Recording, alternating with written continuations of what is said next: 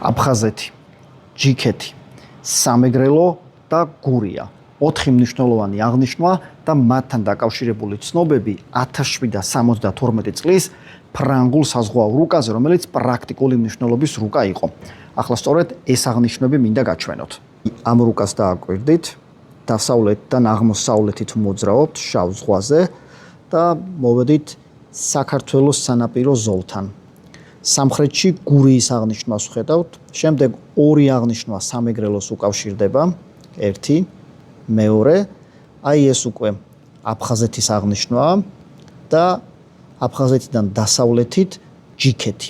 საინტერესო ის არის, რომ აფხაზეთის აღნიშვნა მაგალითად ამ რუკაზე ზუსტად ისეა გადმოტანილი, როგორც ამას ჩვენ ქართველები ქართულ ენაზე აფხაზეთს ვუწოდებთ. შეიძლება გაგიჩნდეთ კითხვა, რატომ?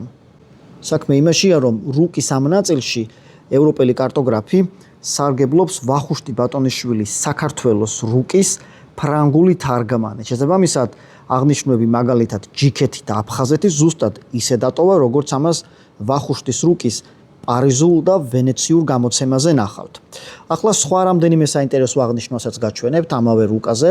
მაგალითად, აი ეს მდინარე ჭოროხია, აქ პორტთან დაკავშირებული აღნიშვნაა ბათუმში, ალამბარს ვხედავთ, ეს ქობულეთის აღნიშვნა უნდა იყოს, ზემოთ ფაზისი, ორი აღნიშვნით, კიდევ უფრო ზემოთ ხობიარის აღნიშნული, ანაკლიის აღნიშვნა, ილორის აღნიშვნა, აი ეს დრანდის აღნიშვნა უნდა იყოს, ეს უკვე სოხუმია, ეს კი ბიჭვინთა.